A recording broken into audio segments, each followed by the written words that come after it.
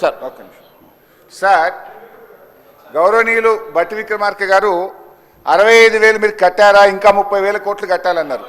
2014-15లో మన బడ్జెట్ 68,000 కోట్లు.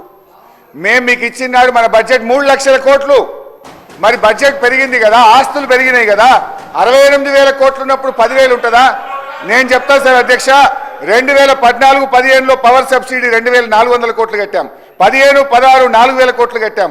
16-17 3,675 కోట్లు. 17-18 4,000 కోట్లు. 18-19 5,000 కోట్లు. 19-20 5,100 కోట్లు. 20-21 10,000 కోట్లు.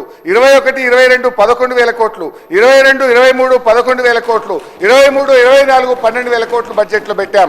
మేము చేసిన దాన్ని చెప్తుంటే ఆయన సభను తప్పుదో పట్టించే విధంగా ప్రయత్నం చేస్తుండు. We come well fully prepared.